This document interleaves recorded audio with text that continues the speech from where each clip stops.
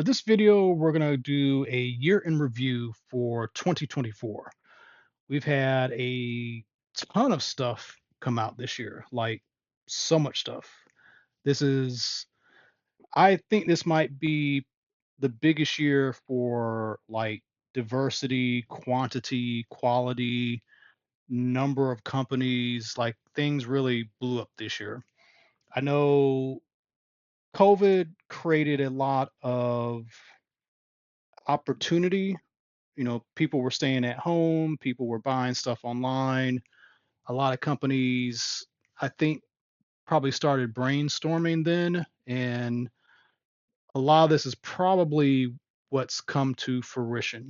Normally it takes like, 18 months, 2 years to develop product, to get it pushed out, manufactured, and whatnot. So is really a great time to be a collector. Maybe even so much a bad time because there's just so much to collect, and you can't collect all of it. I mean, you could try, but there's just no physical way. So I'm gonna do my best to go over noteworthy things.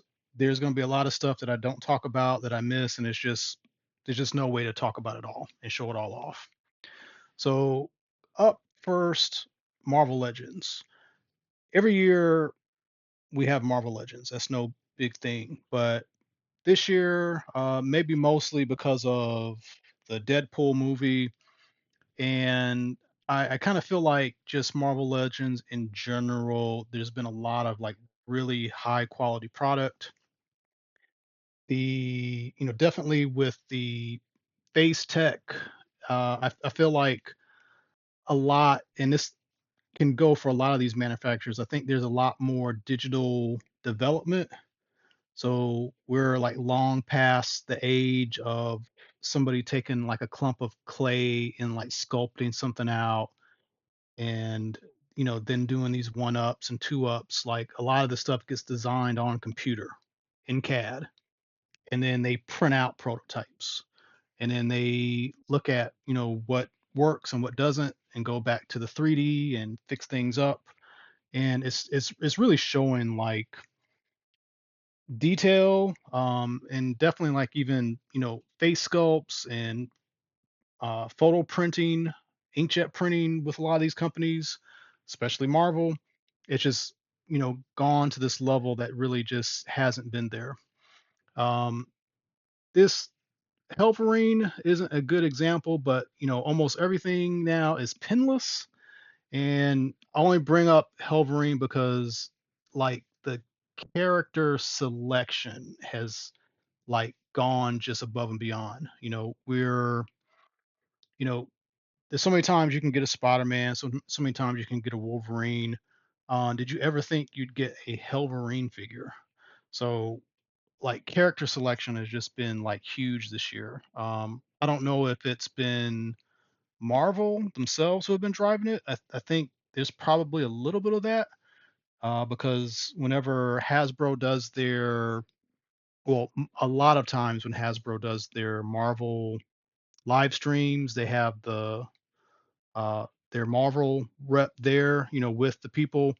So maybe some of this is because of him. I don't know, but Marvel Legends has just kind of been like a huge thing this year, and I've been collecting them for a long time. Speaking of Marvel, let's talk about DC.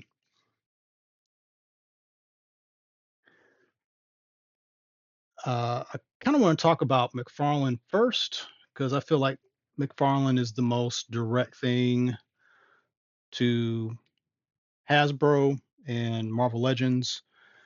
We are in this world with McFarlane where we are leaving plastic capes behind, and now we are in a world of cloth capes. And people have been begging for this for a long time, and now it's like almost every release is a cloth cape, to the point where McFarlane is re-releasing figures, slightly tweaking them, slightly tweaking the paint apps, and then throwing a cape on them.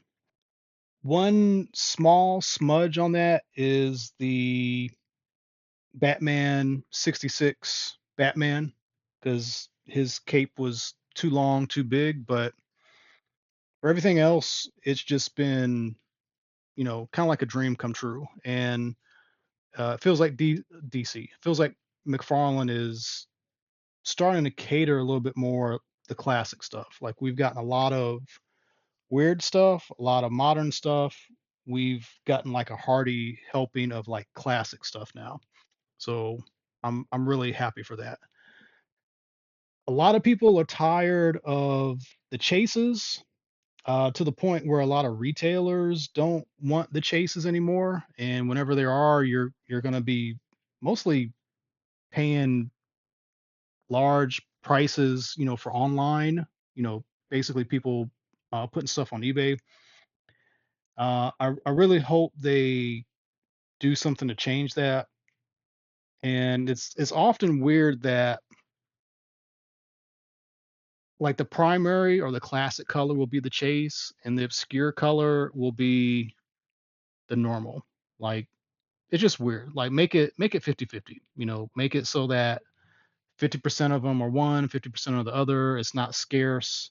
There's no incentive, for people to scalp them and try to, price gouge them. But that and Batman. Um, there's been tons and tons and tons and tons of Batman figures from McFarlane this year. So if you're a Batman fan, even all these manufacturers, like it's a good year for you. And then speaking about Batman, we finally get our, improved Mafex Batman, which having owned the other two, this really is an amazing figure. A lot of the Mafex stuff over the years has had mixed results. Sometimes the figures are loose, sometimes the face sculpts don't look good. Sometimes they make weird choices about cloth capes and things like that. And they seem to have hit their stride. If the only real complaint I can say about Mafex is they still get a little bit behind on releases, but that's the thing I'm not going to fault them for. And then just kind of continuing on the Batman front, we got a lot of the Batman content. We finally got the Mezco Batman, and I feel like this figure does a great job of taking advantage of the form factor. One thing with Mezco is they, because of how they design the suits and because of the look and aesthetic of Mezco, a lot of stuff doesn't translate very well. You're either going to get a complete cloth outfit, which I like those. And matter of fact, we had a lot of that this year with Spider-Man, Spider-Man villains. Like we've had a lot of like spandexy characters that got released. Fantastic Four. But then with a lot of like movie characters, like Ben Affleck Batman, the suits tend to not look great. And this design just this is like perfect for Mafex. Like the padding and the armor simulates well. The breakaway sections are very like, you know, they line up very well with how the actual outfit works in real life. Um, the way they did the cape, I think, is really good. And this is, seeing this, I kind of wish they could have done more movie stuff in the years since. Like we've definitely seen Mafex kind of move away from movie properties and focus more on their own material, like their Mezco original horror figures. Not so much Gomez stuff. Like this year, I don't think we had any Gomez figures. I don't think. And it's been a lot of classic figures. So I really dig that. I I remember like years ago I had a lot of Mezco and started getting rid of them because they were skipping a lot of properties. Like there was time span when they were doing lots of Marvel, lots of DC, and then it just kind of stopped. And then they started like doing their own interpretations of Batman. If you remember, there was their whole, Batman saga. They had the three different molds. They did like 50 versions of all those Batman. And now they've come back and they're doing like classic stuff, which is kind of like their roots. So um, I just think it's kind of a turn for them getting more back into the things that work and are still popular.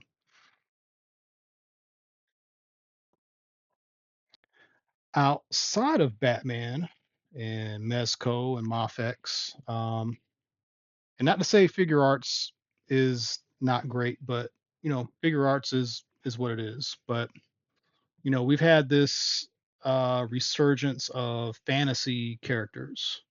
We've had the Four Horsemen for a long time. Technically we've got He-Man. He-Man has been around in some form for you know over the decade here. But we now have Savage Crucible. They started off with their lizard people. Now they're doing more different bodies, more humans and things like that. We've got Frazetta. Can't remember the name of the company, but the people is Frazetta something that have been doing the fire and ice figures. There's even more stuff coming out. Some of it's out now that I just haven't picked up yet, like the Norsemen. They've got a Conan figure. They're not calling Conan right now. That's going to be coming out next year. Yeah, them and Savage Crucible, and even going back to Four Horsemen.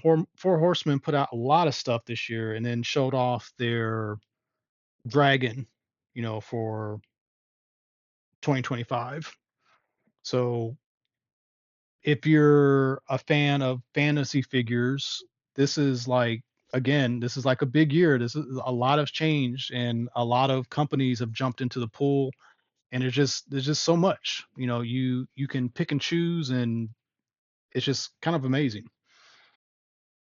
And then going sideways a little bit, kind of sticking in that realm of high end, you know figures that are different.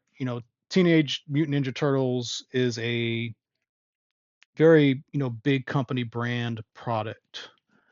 Playmates does lots of turtle stuff. We're still getting product for the last animated movie, which I really dig. But the Playmates lines are mostly geared towards little kids.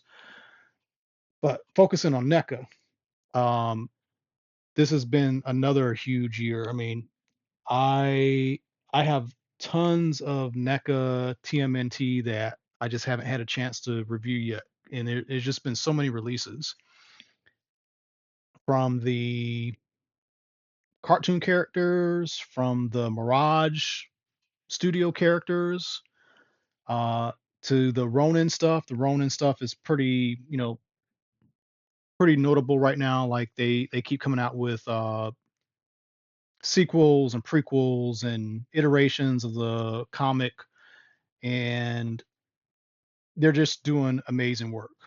NECA isn't perfect. They do some weird things from time to time, but what they've done just single-handedly for the turtles has been just amazing. Like we've gone from a few releases a year to good number of cartoon releases to like tons and tons and tons and tons of comic book stuff. IDW, Mirage, even Archie. So it's just an amazing time to be a Ninja Turtle fan. There's anything that you like about Ninja Turtles, anything that you wish, you pick up a comic book or pick up or watch a movie. There's a thing that you're like, oh, I wish I could get a toy of that. There's more likely a chance that you can easily go get a toy of that. So yeah, NECA, Ninja Turtles, like it's been an amazing year for them too. Swinging back to Marvel Legends. We've had a lot of Hasbro stuff this year, and I'm gonna bring these guys out just as kind of like placeholders because the things that they go to are too big to put on a camera easily. But we've gotten a lot of Haslab stuff. We got the Dragonfly, we got the Ghost, we finally got our two in a box for Ghostbusters. He's not here, but we got the Giant Man. And then next year, I mean, there's stuff that we bought this year that comes out next year, like the Ecto 1, the Cantina, the Rattler. So HasLab seems to be hitting their stride. We haven't had any failures like we did a few years ago.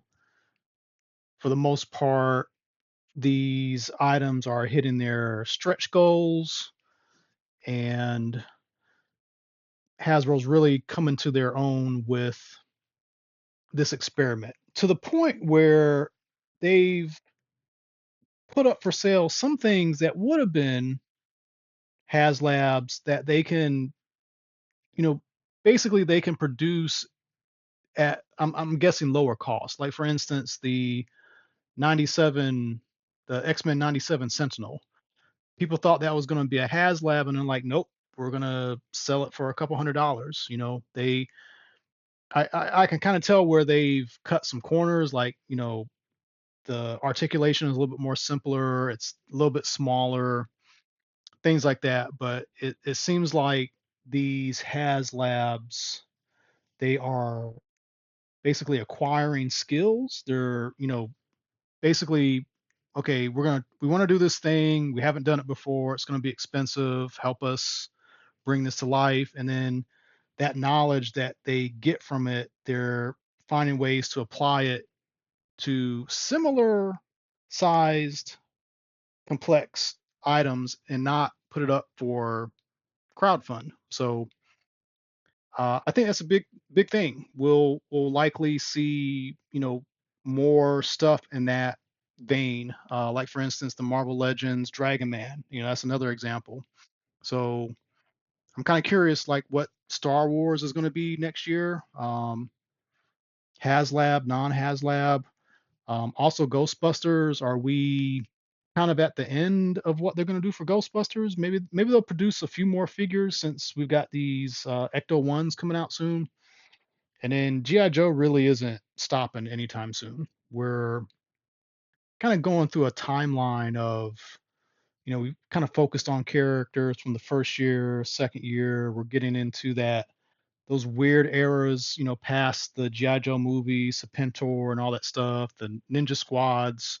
So they got a lot of room to keep doing GI Joe stuff. They've not run out of everything. And then, for every modern figure that they do, just expect at some point there's going to be a retro version. That seems to be the thing. And then keeping with Hasbro, kind of going sideways a little bit. It's also been a pretty big year for Transformers.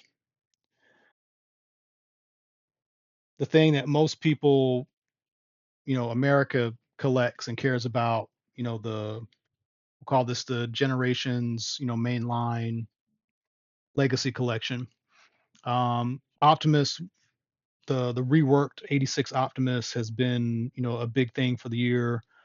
People were surprised at, the engineering, the execution. Like it's a really great figure. It looks really great.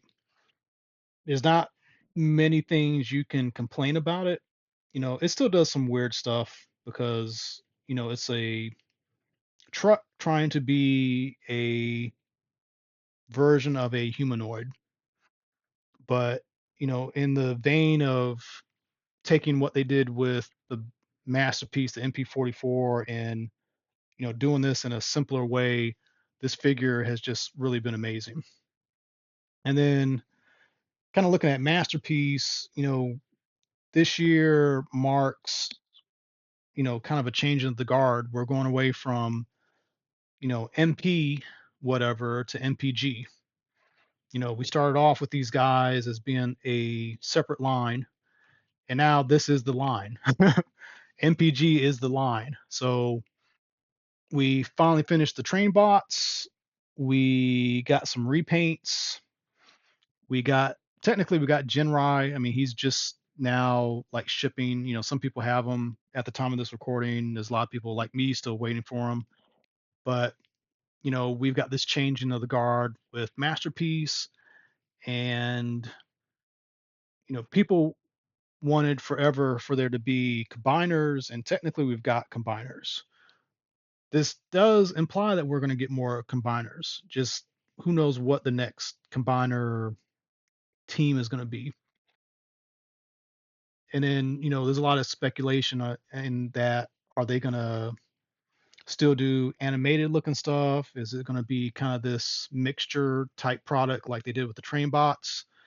I got a feeling they're going to keep going down the road of the animation style figures, and this is just a one-off because they tailored the train bots for train enthusiasts who care more about, you know, this thing looking like a real train. The fact that it's a scaled, popular scaled train when it transforms is a big deal. And I think all the, greeble and line art and, detail, surface detail, just that's what made sense to go with a alt mode that was extremely realistic. So time will tell, but there's a lot of rumors. Just saw a rumor about Rat Trap, Astro Train, and Jazz and Cliff Jumper finally coming out next year. So time will tell. We'll see. Hopefully it will.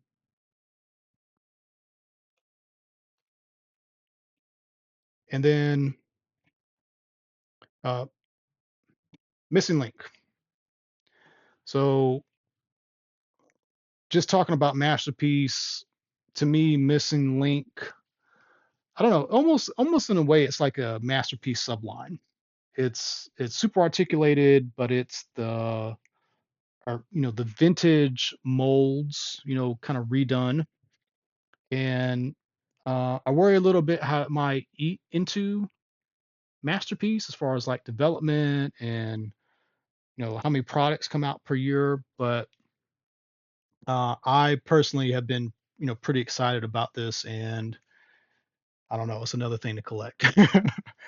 Knowing how many Autobots and how many Decepticons there are just in season 1, 2, 3 of G1, like this is going to be another thing to collect. Excited for it, but I don't know. It's just, again, it's a lot of product. It's so much product, just so much product. Um, and then that kind of gets us into third party too. We're still waiting for Takara to make things. We didn't have Devastator. People have been wanting Devastator for years. We had a lot of fill-ins, like with the Zeta Devastator, and there's been a lot of other Devastators that haven't been quite masterpiece scale. So now we're in a world of Devastator wars where we've got X Transbots, we got Fans Toys, we got MMC, we've got some other companies that I don't remember that are making like something completely different. So I always feel kind of mixed about these because they they're meant to be like placeholders and fill-ins for the things that aren't official. And sometimes they look the part and sometimes they don't. Even in X Transbots, they sway from, okay, we're going to be like Fans Toys, which is going to be like Takara. And then they make weird stuff like the Omnibots that aren't very animation looking, even, and there never was a representation of them in animation, but you know, they just kind of go back and forth. But so far, I've been surprised at a lot of their products this year, and I think they're doing a good job. It's just, you know, we're gonna end up buying this Devastator, and then Takara is gonna come out with Devastator, and then it's like, you almost want like Takara to just put the cards on the table and like, okay, we're working on this, this, this. This is the next 3 years of product that we're working on. Um, and then flipping over to fans toys, you know, this is the year that we finally completed Superion. That's a big achievement. We got their Ultra Magnus this year. They just announced Galvatron 2.0. So Fans Toys keeps doing what they do, and it's been a big year for them. I mean, mostly because of them finally getting out these very long-awaited figures. My only con about Fans Toys is I think they use too much die cast. Like they're very heavy, and some people like want it to be heavy, but that does drive the cost. It makes these things kind of scary to put on the shelf and like shelf dive. They also tend to be like tall. Like a good example is Soundwave. Like Takara Soundwave next to Fans Toys Soundwaves. Fans Toys is like two heads higher. So that's my only critique with them. I just wish, if you're gonna make a product that's meant to be in scale with the official stuff, like make it in scale with the official stuff.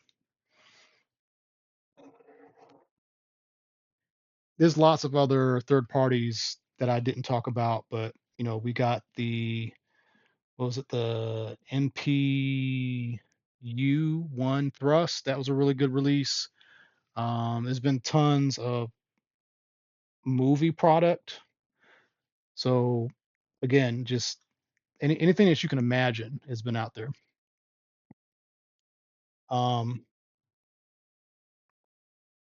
Moving on and kind of sticking in the vein of high-end product, kind of like Marvel Legends.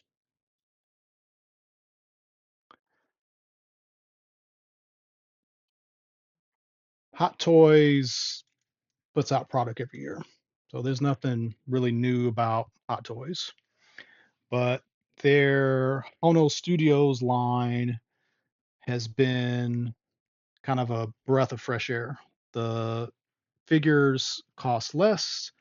They have this new silicone body, which is better than like the TB and the other stuff that have other companies have produced over the years. This is, for me, was a big thing. And I'm definitely looking forward to more stuff that the Hono Studio lines comes out with. I've seen some other things that were announced recently, like the Dark Knight Returns Batman, the comic book, and that's not Hono Studios, and I'm kind of confused by it. It's like a $300 comic book figure. So I kind of curious, like, are they gonna continue with this line, or are they kind of treading back to the high end expensive figures? I hope they do more of this. I would like to see Captain America. I would like to see a mass release Spider-Man, not a extremely limited exclusive Spider-Man. I'd like them to do DC stuff like Batman and Superman, Wonder Woman. So I'm hoping this line will grow and they don't abandon it. And yeah, anything they can do to simplify things, make it cost less, but it still be hot toys. I think that's the big thing. And then last, I'm going to talk about Super 7. They sometimes get flack for things, and I like their products. It's one of those, you know, we want to make things look like the cartoon type thing. Um, there's tons of GI Joe product that you can buy, but if you want, Duke that looks like he came off the screen from the cartoon, they got the best Duke. And this year they've started testing different form factors. Well, not form factors, but price points. And then now they got these deluxe products. I think we first saw. Trying to remember. Actually, it all kind of happened at once, didn't it? All these things happened at the same time. So we got the Thundercat Target exclusive. We got the Target Godzilla stuff, and then we got the Transformer stuff that's been like various retailers like Macy's, Amazon. I think the other one was it's a Best Buy, I think. And this has gotten me excited because I like a lot of their stuff. Like I just said, I like the comic, the cartoon accuracy of their Ultimates line, but they come with like tons of accessories. And a person like me, I like the idea of the accessories, but if you could tell me, okay, this would cost $20 less and it comes with one or two accessories, I'd be fine with that. I got this guy because of that. This sword isn't the most amazingly painted sword, but it's fine. Like it works for what it does. The the claw that he comes with, it works fine for what it does. Um, I do think that my only nitpick was Soundwave, and that you know, come on, you gotta give Soundwave his handgun. But even this line, the Godzilla Deluxe, um, I don't think this is the greatest Godzilla ever, but I like the idea of like the size of these things. Like you can and the cost, you can get these and easily display like a bunch of Godzilla figures, not like all these gigantic figures or like figure arts where they're like 150 to $200 a piece. $35, I've got a Godzilla. Actually, it's just 35 or 30. And you buy these guys and they come with little cities. I just like the idea that you can kind of build these up and create a nice collection. NECA did a lot of Godzilla stuff, but they all did mostly Godzillas. They had Mothra, they had King Kong or Kong, but they didn't do the other cool stuff. They didn't do the villains, and I'm excited to see what they do with the deluxe line for Godzilla because it's just going to be an opportunity not to just get more Godzillas, but to get all the other crazy, you know, the Ghidorahs and the Destroyers and all the other crazy monsters that we just haven't gotten figures of. So it'll be cool to see what else comes out next year. So that is the year in review. Again, tons of stuff that I have not talked about. It's just too much product. I I kind of I enjoy that there's so much available.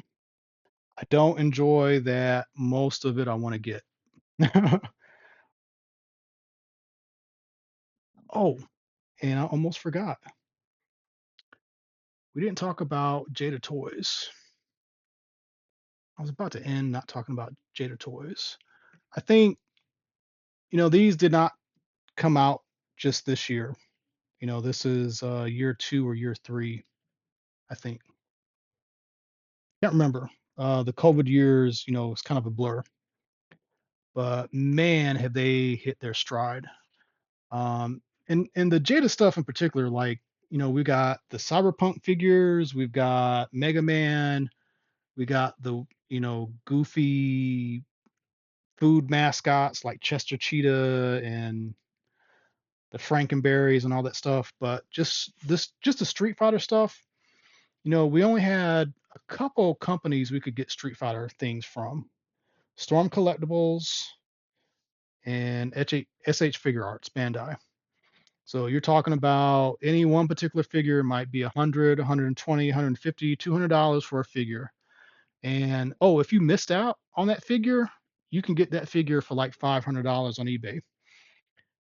These guys are 20, $25, and they have, in the early days, they said they were going to do all of Street Fighter 2. They have shown us all the figures. We're just slowly waiting for all of them to come out, and it's like a dream come true. I remember the days of the Soda figures, the Soda toys. I remember the NECA figures, which were they were okay, but I don't know. There was just something weird about the NECA figures too. Then we started getting the Storm collectibles, and it was exciting. But then they changed the size and the proportions, and the prices go up, and a whole other thing with if you keep the Storm collectible figures long enough, they tend to molt and get greasy, and it's just like I just want like some easy to collect Street Fighter figures, and Jada Toys gave that to us. So much so that it, in my opinion, I don't know this as fact, but I think I think this like kicked Storm collectibles in the gut, and that's why they're making their Street Fighter Alpha figures. They, I guess they saw what Jada did and like, wow, you guys can make $30 figures, and they'd be you know practically better than those $100 figures. Yeah, it can be done. So I will say out of everything, I think Jada's probably they they're the biggest thing that has happened uh for 2024. I'd be really surprised if they did some other properties to see what they could do with them. But I'm really looking forward to getting the rest of the Street Fighter figures. We'll be in 2025 before we get all of them. And once they run out, what else are they going to do? Are they going to do, you know, I'm just spitballing, but I know there's companies that are doing Street Fighter 6. Could they go back and do Street Fighter 3? Could they do, I don't know. There's just so much stuff. Could they just kind of go deeper into Capcom? I was hoping they were going to do Darkstalkers eventually, but Storm recently announced that they are going to do Darkstalker figures. So it's going to be interesting to get the rest of the Street Fighter stuff. So that is the year in review for real this time. Uh, Let me know what you think in the comments. What were some of the figures that you liked the most? Were any figures a disappointment? What do you hope for 2025? Let me know because I'm interested in knowing what you guys think. With that said, please tune into more videos coming up. And if you haven't done so, please like and subscribe. I really appreciate it. Thank you.